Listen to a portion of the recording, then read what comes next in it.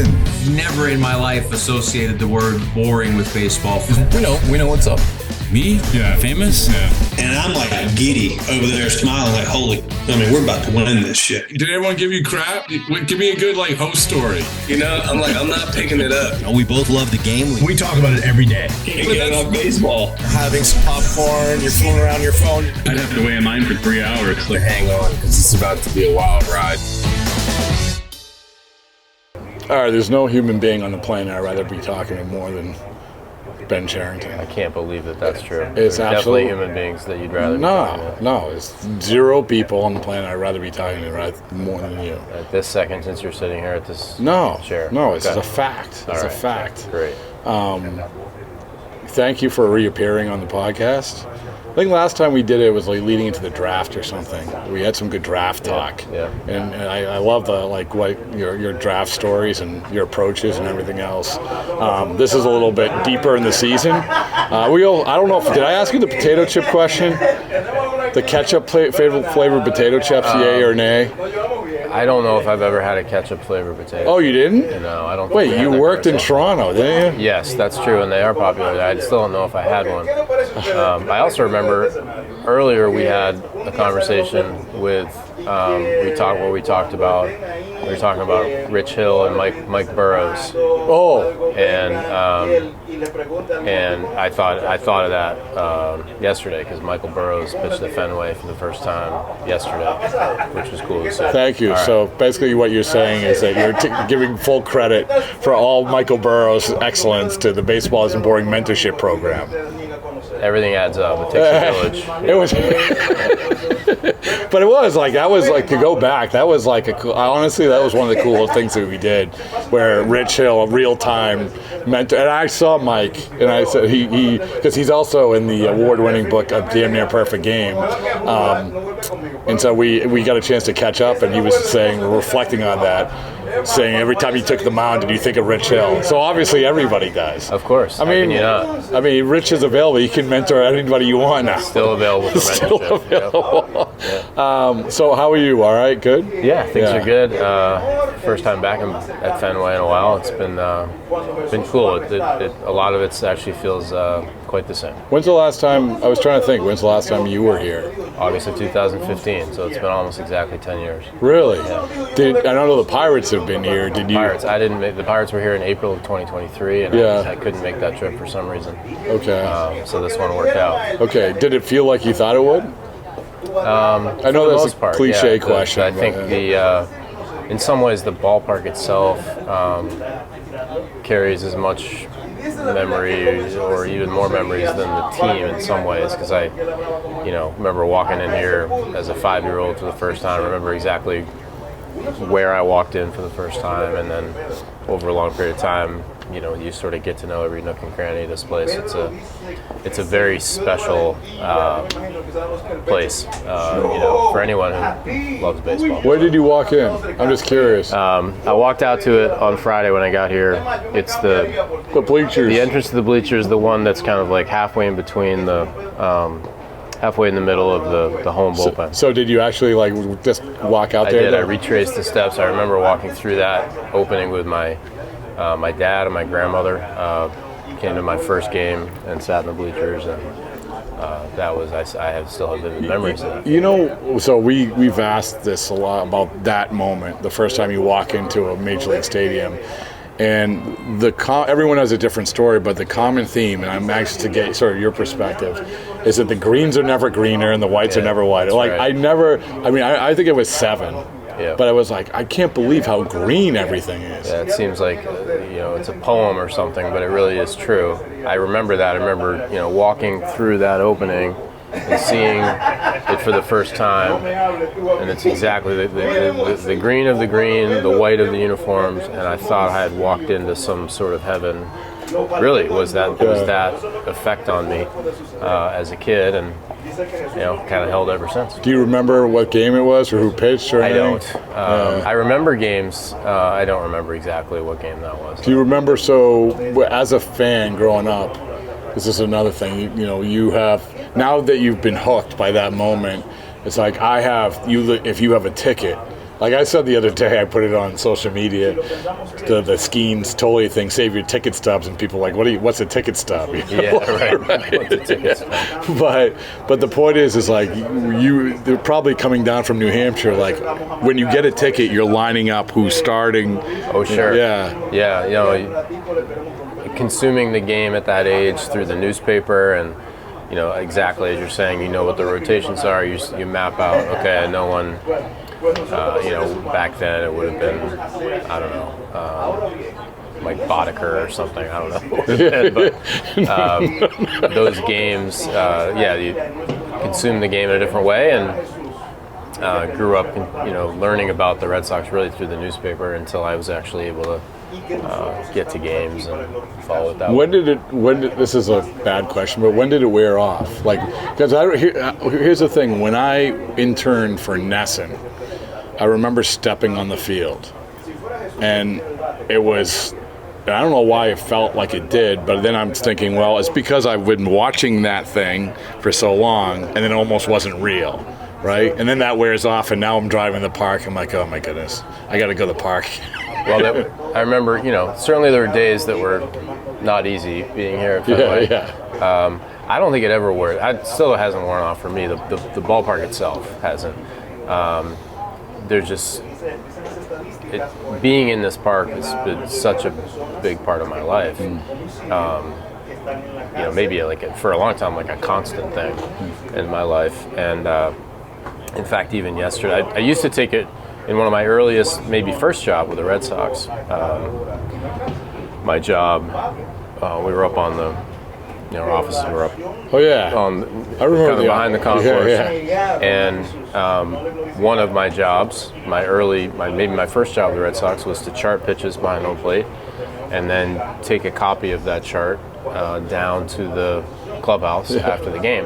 And so I'd have a route. I'd go from my seat back to the office, kind of make copies. And I'd have a route from the office back to the clubhouse, which took me through the grandstand. So now it's, you know, usually typically it's like half hour after the game, half hour, 45 minutes after the game. So most of the crowd's left, but the place is still, you know, post game. And I remember vivid memories of how many rats that I would see in my route between the office and the clubhouse. And this became, at the time, like just part of the cool part of working there. So yesterday, my mom was at the game yesterday. I met her after the game in her seats, and we were walking down towards the visiting clubhouse because I had to check in after the game. And my mom asked, "Do you think there are still rats here?" And I said, God, I hope so. I really hope so. I hope there's still rats here. Maybe less. You know, the governance of Fenway has probably improved over time and gotten rid of that. I would love if a rat like came out and you're like, yes. Thank God. Thank God.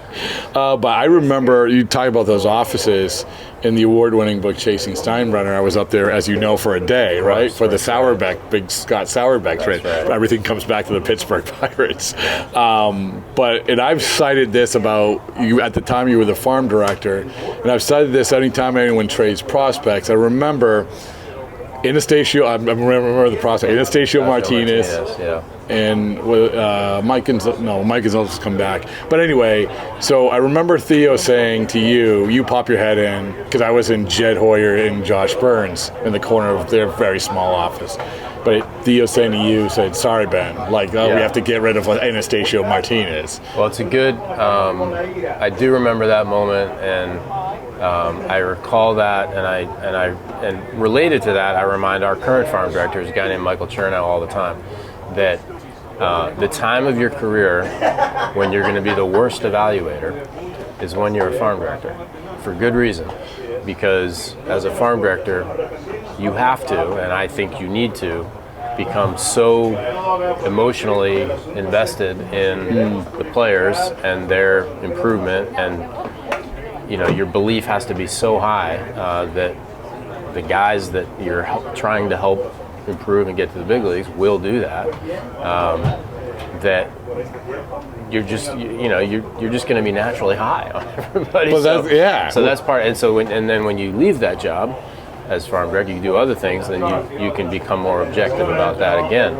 But as a farm director, at least in my experience, when I've been around player development, is when I've probably had been the worst evaluator for good reason. So Anastasio Martinez. But going back, that was probably like, so 03, was that your first year as farm director? 03 would have been my first year. So that might have been like, it certainly was one of the first guys from you that you were overseeing get traded, because I think it was in July. You know, I remember, Anastasio Martinez, Frankie Francisco. There was a handful of early ones that, looking back, no brainer, right? Yeah. Like, of course you make that trade. But at the time, I'm emotionally invested in those guys and believe in it, and I think you kind of have to be when you're working in player development. Well, so now that you're in your position and being in the position, both with the Red Sox and the Pirates, as from the GM, we look at it as you're still that element, right? Where the guys you're traded, you see the best in. You see we drafted them for a reason, we developed them on our way, and they've got to this point where somebody else wants them. That must be a hard thing to look even from the GM's perspective, from the prism, right? I think it is. I think it was hard, and I think it was hard for Theo too. As the GM who was so committed to this scouting and player development machine, and so he was invested too. So yeah, anytime we traded a minor league player, it was hard. Trades are so different than the draft, because the draft is just a complete celebration. The emotional experience of the draft is there's no sort of emotional tug of war. It's a celebration. Every draft pick you make, you're feeling excited about it. That's the only feeling. In a trade, it's a different psychological thing, and it can be relatively small, or it can be massive, like trading Nomar Garciaparra in the middle of a season. And I can't imagine the weight that Theo must have. Well, by the way, one of your new players, Cam Devaney said he wept at 99 restaurant when that trade was made. Doesn't surprise me. So speaking of trades, one of the things we did something the other day on the podcast about with JP Ricciardi, looking back at the waiver trade deadline. Yeah. Right. RIP, pour one out for the waiver trade deadline. Yeah. Which is, for your perspective, is this for you, is it just one of these things where it is what it is, or I really wish we had this? Or well, the Dodgers deal that's what I was going to get to. In August of 2012 was obviously a big moment for the Red Sox, and so in that sense, it's hard not to be a little bit nostalgic about it. Broader, I don't mind it not happening, because it just sort of felt like over time, the spirit of it wasn't consistent with what the spirit of the game should be. As you get to August, it should really be about make it about the competition on the field as much as possible, and the players that were traded in August through that mechanism tended just to be the guys making a lot of money, and it just sort of I think the new rules actually are better. I'm supportive of the new rules, but that Dodgers trade was a big deal. Yeah. So give me the one thing. We've relitigated, rehashed, revisited that trade, one of the most iconic trades in a long time. But give me an anecdotal thing for you. I got one, which I need you to confirm, and I don't know if I had confirmed this in the last podcast. Well, the thing I remember, a lot I remember about it, but I didn't believe it was going to happen, even after we had a verbal agreement. We had to get all the players through waivers, or we had to get some of them through waivers, and I just didn't think we would. Maybe I may have been playing a little bit of a mental trick on myself, or kind of reverse psychology or something. But I decided to fly to Greenville, South Carolina, to go see our affiliate while waivers were happening, because I was so convinced that this is just going to be a moot point. I might as well go to Greenville. And had it gotten out by then? I don't think so, because I literally did fly, and I remember landing in the Charlotte airport, and for some reason thinking, well, if this does go through, I better be in Boston for it. So I never got to Greenville. I landed in Charlotte, turned right around. Did you really? Okay. And sure enough, the players cleared, and we went through the deal. Okay, so my thing, we had Josh Beckett on, and he said that Carl Crawford was not thrilled about going because the taxes. That makes sense. Yeah. Carl Crawford also had to wake up from his Tommy John surgery and get out of anesthesia in order for To me to have approve? the conversation Oh, really? with him about approving. Because he had a no trade. That's right. Yeah. So So literally, that was happening while he was on the operating table. I mean, is there a like a Mendoza line for coming out of the anesthesia, like, or you just say, hey, listen. Fortunately, it was Greg Genske at the time, and his agent was Greg Genske, Brian Peters, I think, at the time. So he was there.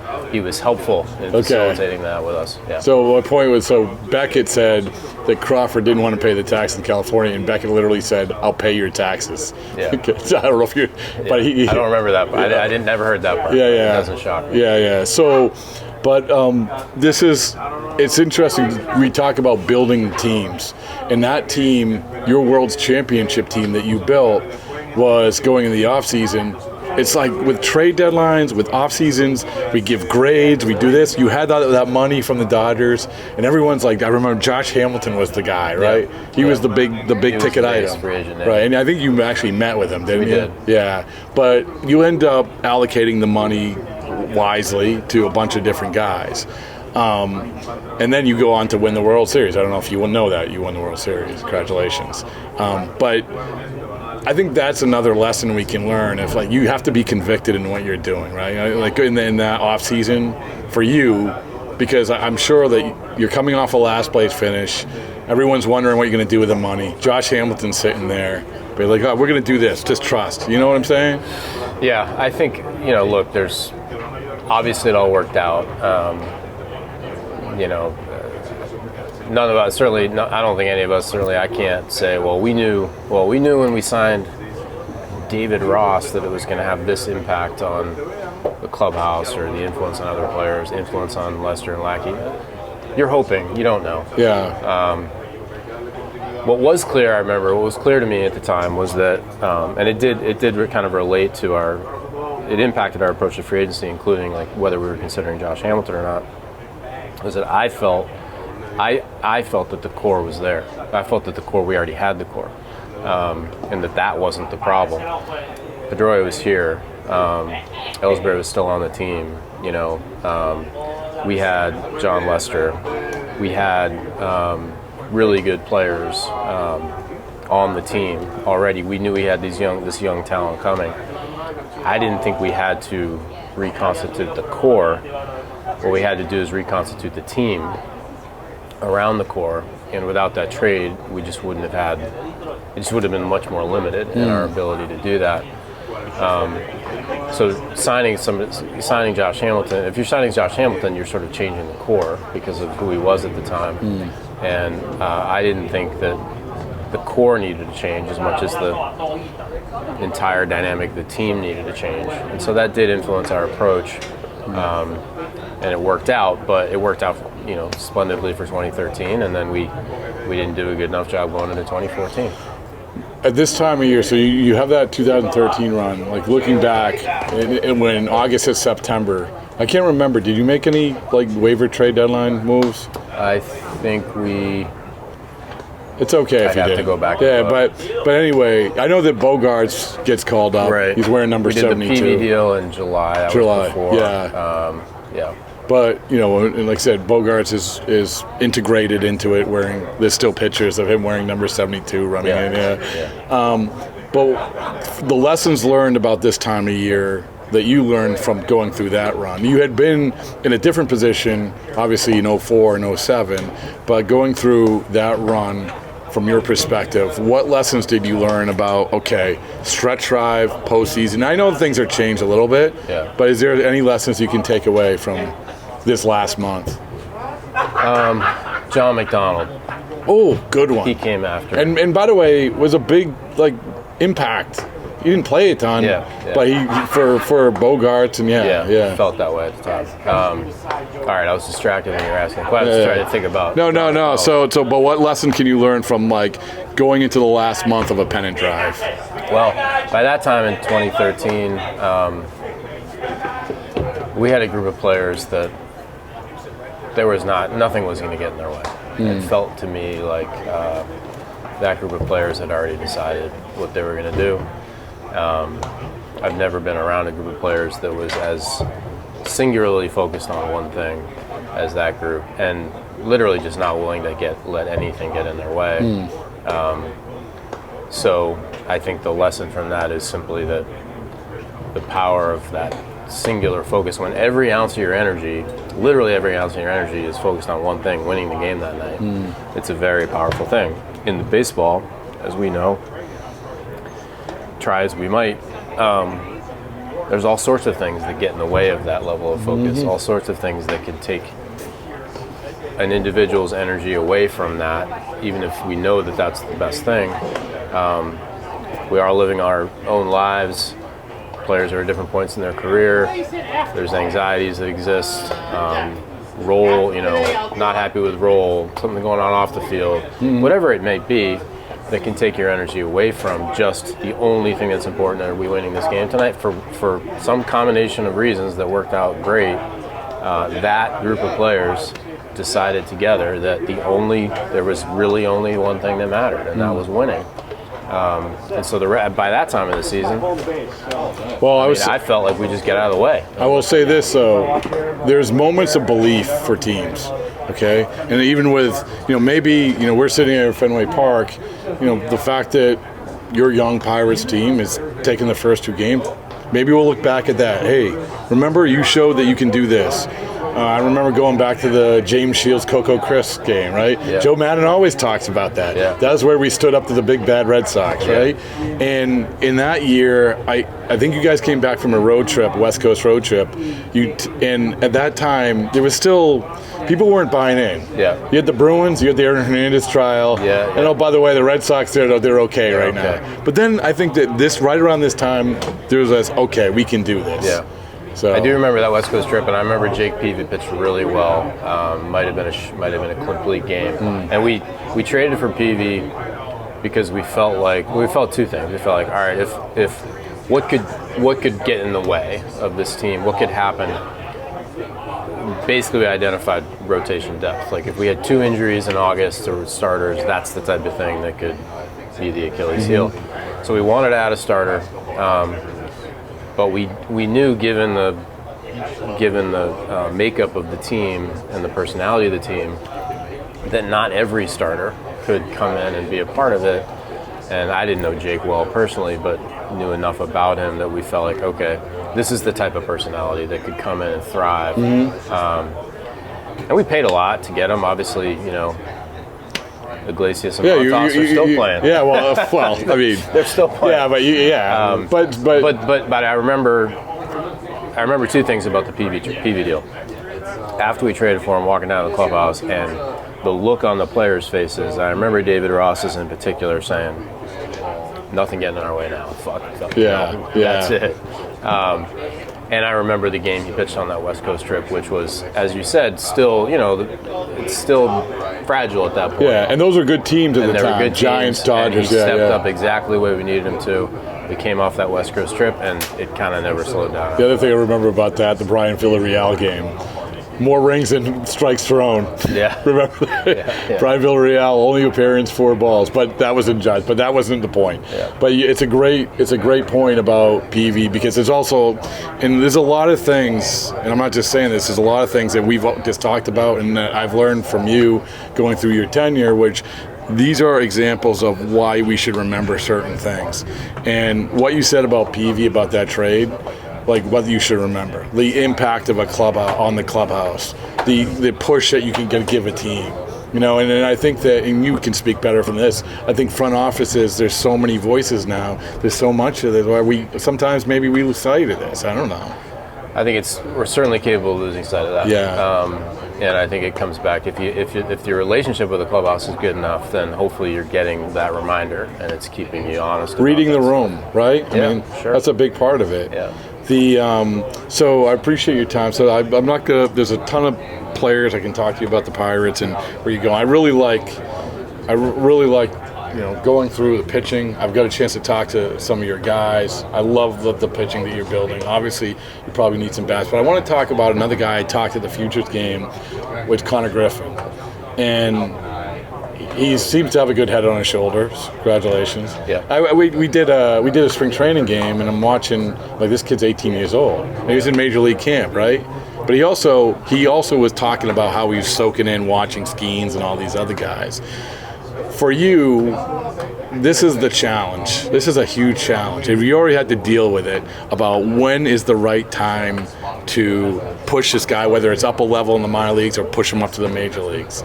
When you look at Konnor, like, what is the thing that the boxes that he has to check off, and what lessons have you learned in terms of that? Because you've had to do it a few times. I think that I don't know for sure if Konnor fits in this category yet. He's had a remarkable first professional season, but I think the players that can separate themselves and move faster than you typically do, kind of beat the typical calendar or whatever, tend to be not just supremely talented and not just perform well in the minor leagues, but also show the ability to make the fastest adaptations. To adjust the fastest, adjust their approach, adjust the skill. I think about Mookie Betts and how fast he made adjustments, how quickly those adjustments came. When you get to the big leagues, you're going to have to do that. You're going to have to make adjustments. The game is going to beat you in some ways, and you're going to have to fight back, and you're going to have to make an adaptation. And players who show that capability of making those adaptations really quickly or faster in the minor leagues than others, typically, I think, are the ones that can kind of go faster than you expect and have a chance to succeed. So we'll see if Konnor fits in that category. So far, he's made very fast adaptations. So it's just saying, okay, are you keep going? Are you going to keep going? Because you challenge. I mean, he's 19 in Double-A, and can he continue to make the adaptations as fast as he was when he was in Low-A? Well, we'll know a little bit more about that by the end of the year. Last time you were on, we had a good scouting story with the Skeens draft and everything, so I want to give the Konnor Griffin scouting story. Because, listen, we should build you up, right? This is build your department up. Don't build me up, but there's a lot of credit to our amateur scouting department for being convicted about Konnor. I do. We have a guy who works for us named Joe Delicari. Joe Delicari was the amateur scouting director for the Pirates for a long time. He's now in a VP position. He's in a really important role as a senior evaluator for the team, and still really heavily involved in the draft. So he's out seeing players. I remember when he came back from seeing Konnor Griffin in his draft years last year. Ran into me. I was like, hey, how's your week gone? And telling me about this kid in Mississippi that he'd seen. I knew the name at that point, but I didn't know a lot about Konnor Griffin. And he said, this might be the best lower body athlete I've seen in a high school baseball player. And I'd never heard it said quite like that, that specifically. He didn't say best athlete. He said the best lower body athlete. Something about, how Konnor's lower body works. Power, speed, agility, that just for a guy who's Joe Delicari has been watching amateur baseball players for almost 40 years, stood out from 40 years of seeing amateur baseball players. So that really, I remember that, hearing him say that.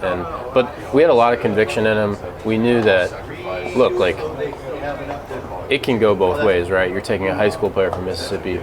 We don't know for sure what the bat's going to be. Nobody really could know that for sure. So you're taking some chance. But for the Pirates, we have to take some chances. We have to take some risks. And you have to accept the downside of those risks to get the upside of those risks. And we'll see what happens with Konnor. Hopefully, so far, when you first started, so then he starts playing, you're like, okay, I don't know, when it is where you're like, okay, we feel you trust your scouts, you trust your evaluation, but you're still holding your breath a little bit. Of course. He started the year in Florida State League, and I remember April was good, solid. He was holding his own. I was excited because the reports were coming back good about his defense at shortstop. That was one thing. Can he play short? Well, we'll learn more about that. And the reports back were good, strong about the defense. Okay, good. Chance to play shortstop. He was performing solidly as a teenager in Low-A. 750 OPS or something and holding his own, and you're seeing some progress. To me, at that point, like, okay, good. We're feeling good about this. You know, it's as good. Looks like he's on track for a good, solid development year. Excited about that. And then we talk about these adaptations. He just kept making adjustments so quickly, and pretty soon you look up and you're like, whoa, like he's dominating. Now he's dominating low A, and he's doing it because he's actually made these adjustments in season, things that we challenged him on. He's changing really fast, faster than most players. Like, okay, well now you got to start talking about, okay, is he challenged still at this level? And our player development staff felt strongly that no, we need to move him because we need to keep challenging him. And so okay, we'll go to Greensboro. And again, same feeling. Like, okay, well, if he holds his own, and we're gonna feel good about that. He's still telling us he can play short. If he can hold his own with a bat, you know, keep his head above water in high A as a teenager, that's gonna be a good outcome. First year out of the draft. Well, that's kind of how it started, and then boom, after a few weeks, the adaptations kick in, and he just starts dominating. So then the same question comes back. Okay, well, does he get more out of finishing the year out at high A, or does he get more out of being challenged and maybe getting punched a little bit in double A? So he moves up. So all right, we're gonna move him up to double A. Kind of the same things happen. He's, the first couple weeks there was held his own, playing short fine, held his own, chipping in with some base hits, and then just starts to turn again, and he's, now you see a 2-home run night, and you're starting to see strings of games together where he's getting on base a lot and stealing bases, and so that's been the story of the season. We'll see. I think with players like that, he'll continue to be challenged, and he'll, to some degree, he's going to tell us. Well, remember, that's one kid you don't have to worry. Everyone's fallen in love with him. The other thing I'd say about Konnor is, like, he shows up to early work like it's his first Little League practice. Oh. He just really loves baseball. He loves baseball. He loves being out there. That's pretty cool to see. That's awesome. All right, thanks, man. Appreciate it.